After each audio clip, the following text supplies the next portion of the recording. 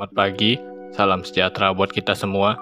Nama saya Chris Steven dari kelas A pagi, ingin mempresentasikan resume sejarah kurikulum pendidikan di Indonesia. Kurikulum adalah perangkat mata pelajaran dan program pendidikan yang diberikan oleh suatu lembaga penyelenggara pendidikan yang berisi rancangan pelajaran yang akan diberikan kepada peserta pelajaran dalam satu periode jenjang pendidikan. Penyusunan perangkat mata pelajaran ini disesuaikan dengan keadaan dan kemampuan setiap jenjang pendidikan dalam penyelenggaraan pendidikan tersebut serta kebutuhan lapangan kerja. Dalam sejarah perkembangannya, Indonesia mengalami perubahan kurikulum dari waktu ke waktu. Kurikulum pendidikan di Indonesia kerap berubah setiap ada pergantian Menteri Pendidikan, sehingga mutu pendidikan Indonesia hingga kini belum memenuhi standar mutu yang jelas dan mantap. Dalam perjalanan sejarah sejak tahun 1945, kurikulum pendidikan nasional telah mengalami perubahan, yaitu tahun 1947, 1952, 1964, 1968, 1975, 1984, 1994, 2004, 2006, dan 2013.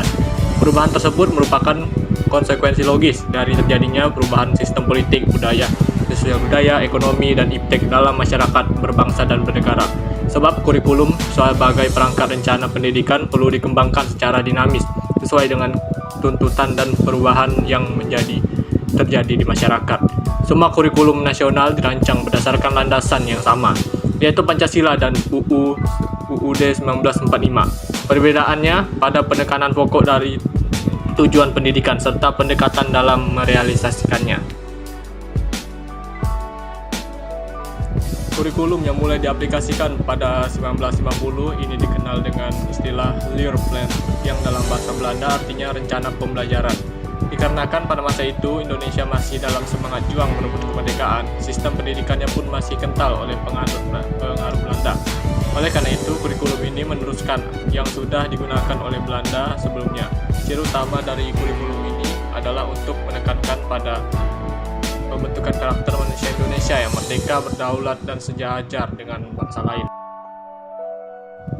Tahun 1952, kurikulum Indonesia mengalami penyempurnaan. Kurikulum ini sudah mengarah pada suatu sistem pendidikan nasional.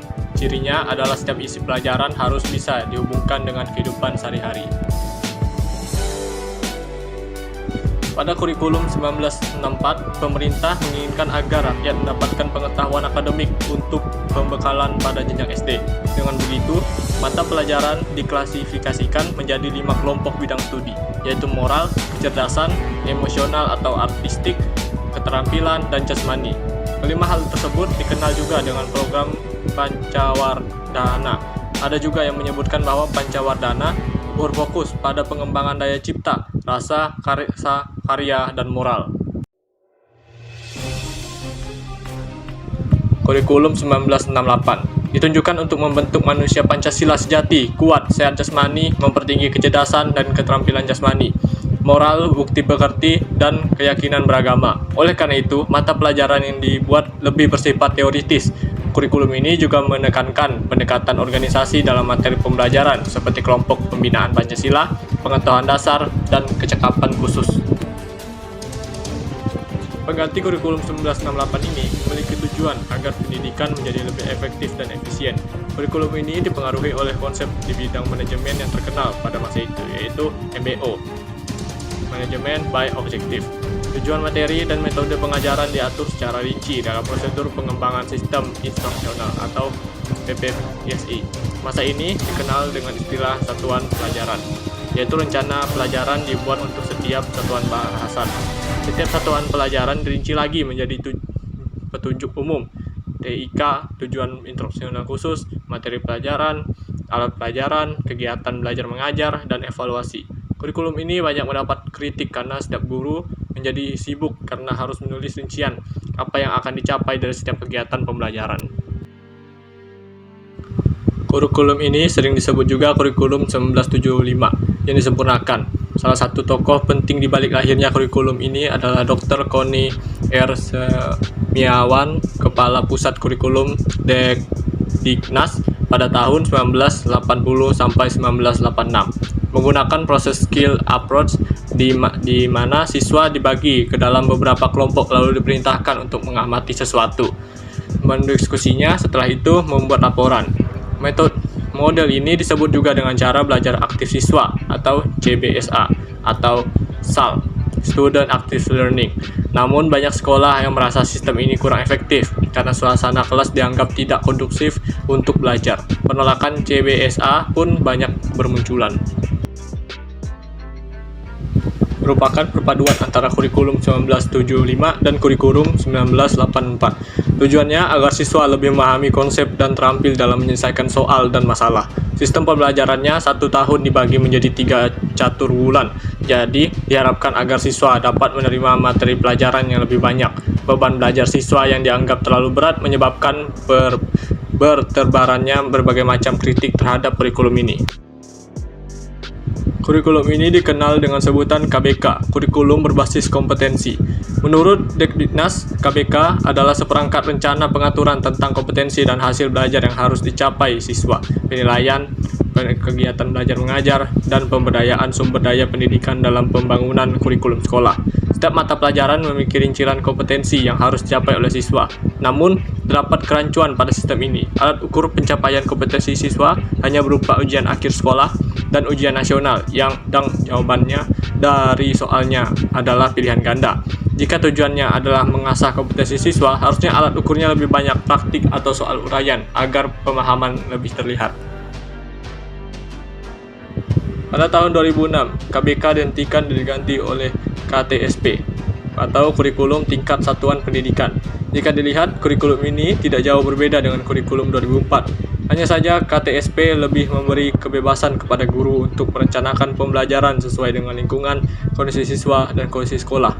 Dekdiknas telah menetapkan kerangka dasar atau KD, standar kompetensi kelulusan atau SKL, standar kompetensi dan kompetensi dasar SKKD untuk setiap mata pelajaran dalam satuan pendidikan. Jadi, sistem pembelajaran dan silabus merupakan wewenang dari sekolah, dikoordinasikan dan disupervisi oleh pemerintah kabupaten atau kota. Pada akhir tahun 2012, KTSP akhirnya diganti dengan kurikulum yang baru karena dianggap kurang berhasil.